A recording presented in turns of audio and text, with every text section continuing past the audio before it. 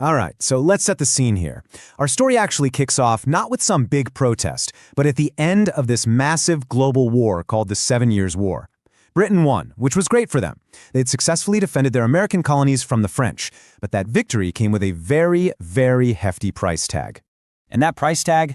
A staggering £60 million. That's how much debt Great Britain was swimming in. I mean, they were basically broke. They desperately needed to find a way to pay it all back, and fast. So naturally, they looked right at the people they just spent a fortune protecting. And what's kind of amazing is just how simple this whole thing started. Britain was basically like, hey, we just spent all our cash defending you, so could you maybe help us out? And the colony's response? A simple, very clear no.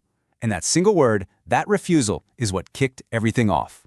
So, since the colonies weren't going to pay up willingly, Britain decided it was time to, remind everyone who was in charge.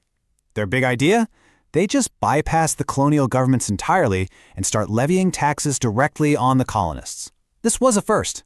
And, yeah, that move was like lighting a match in a room full of gunpowder.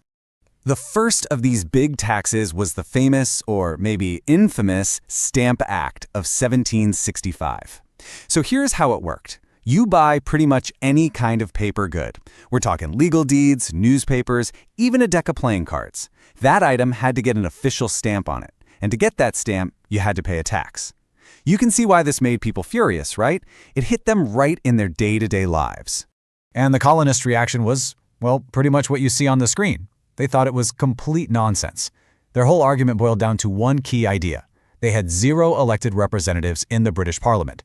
So to them, this was taxation without representation, and they saw it as a total violation of their basic rights as English citizens. Now here's the crucial part. They didn't just sit around and complain. They got organized. They started boycotting British goods, and that started to seriously hurt the wallets of British merchants. The pressure campaign totally worked. Parliament caved and repealed the Stamp Act. But, and this is a big but, that victory just made Britain even more determined to prove who was really in charge. And this slide just perfectly lays out Britain's next move. They didn't give up, not at all. They just switched up their strategy. They rolled out the Townshend Acts, a whole new batch of taxes, but this time on imported goods, things like glass, lead, paper, and of course, the big one, tea. The result? You guessed it. Another round of boycotts and even more widespread anger. So we see this pattern again, right? Protest, economic pressure, and Britain backs down. Well, mostly. They repealed most of the Townshend Acts, but they left one tax in place, the tax on tea. Why? Just to make a point, to say, we can still tax you if we want to. And that one lingering tax, combined with thousands of British troops sent to keep the peace, well, it turned the city of Boston into an absolute powder keg. Yeah, Boston. That's where everything really started to boil over. The city was practically an occupied territory, with regular citizens and British soldiers bumping into each other on the streets every single day. The tension was so thick you could cut it with a knife.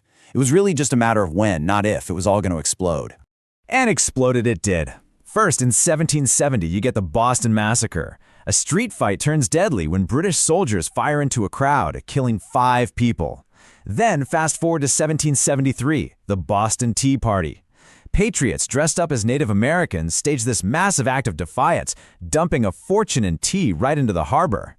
And Britain's response? It was swift and it was harsh. They passed what the colonists called the Intolerable Acts, which basically shut down Massachusetts' government and put the whole colony under military control. You know, Britain really thought that by making an example of Massachusetts, they'd scare the other colonies into line. It had the exact opposite effect. The other colonies looked at what was happening in Boston and thought, whoa, that could be us next. So instead of dividing them, this crazy punishment actually united them against what they all saw as a common threat. So, okay, they're united. But what do you do when you're facing down the most powerful empire on the planet? What could a bunch of colonies possibly do to fight back?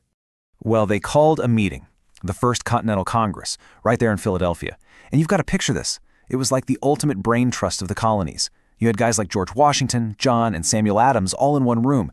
And their plan was kind of two-sided. Plan A? Send a very polite letter to King George asking him to, please stop. And Plan B, if that didn't work, tell all the local militias to start getting their guns ready. And this is where you see the final, total breakdown in communication. The Congress asks the king to respect their rights. He says no and orders his army to crush the rebellion. The colonists start arming up. At this point, they were on a collision course. War seemed pretty much inevitable. That collision happened in April of 1775. British troops marched out of Boston. Their mission? To seize a cache of weapons the rebels had stashed in the town of Concord. But on their way, in Lexington, they were met by this small group of colonial farmers and craftsmen, the Minutemen, ready to fight at a moment's notice. In the confusion, a shot rang out, and it became known as the shot heard round the world. What happened next was just shocking to everyone. After another fight in Concord, the most professional army on the planet was forced into a full-on retreat back to Boston, getting harassed by colonial militiamen the entire way. By the time they got back to the city, they were surrounded, besieged. The rebellion had kicked off with a jaw-dropping victory for the colonists. And this is where you see a huge shift in what this whole thing was about. At first, the colonists were just fighting for their rights as British citizens. But now that blood was being shed, a really radical new idea started to catch on. Maybe this wasn't about fixing their relationship with Britain anymore. Maybe it was about ending it for good.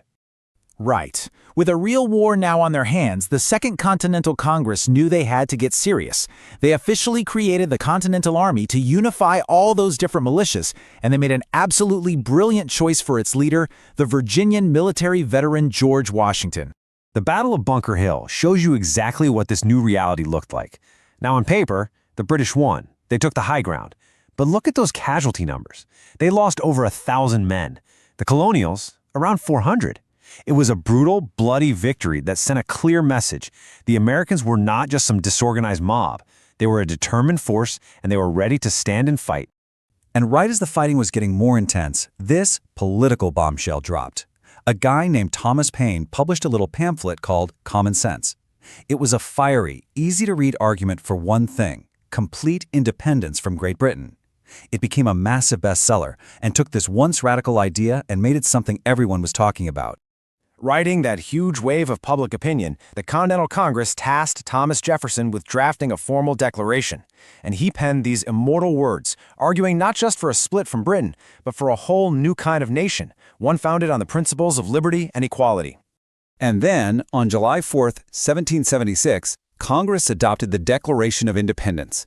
The takeaway here is huge. There was no turning back. This was no longer a rebellion over taxes. It was now officially a revolution to create the United States of America. But here's the thing. Declaring you're independent is one thing. Winning it is another. The colonists had just picked a fight with the world's greatest superpower. The full might of the British Empire was about to come crashing down on them. So the real question wasn't just whether their new nation could survive.